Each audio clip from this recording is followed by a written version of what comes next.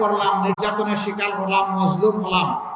আমরা আশা করেছিলাম 5 আগস্টের পরে 24 সালে আমাদের মধ্যে আত্মপর্যালোচনা, আত্মপরিচয় আমরা খুঁজে পাবো, কি আমাদের দায়িত্ব এই জাতির প্রতি আমরা বুঝবো, মজলুম কারে বলে সেটা আমরা অনুধাবন করবো, আর কারো প্রতি মজলুমরা আমরা কেউ জালিম হয়ে উঠবো না। এই জন্য প্রথম দিকে আমার একটা বক্তব্য ছিল, এটা নিয়ে তুলপাড় মহাসাগরের ঢেউ শুরু হয়েছিল। আমরা বলেছিলাম এদেশের জনগণ এক জালিমকে বিদায় করে আরেক জালিমের হাতে দেশ তুলে দিতে চায় না। আপনাদের মনে আছে? আমার এই কথা কি মিথ্যা প্রমাণিত হয়েছে?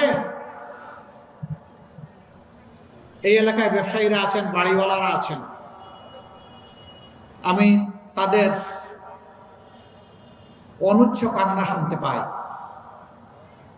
তাদের ছেলে নাতিপুতের সমান, ওরা এসে বেটা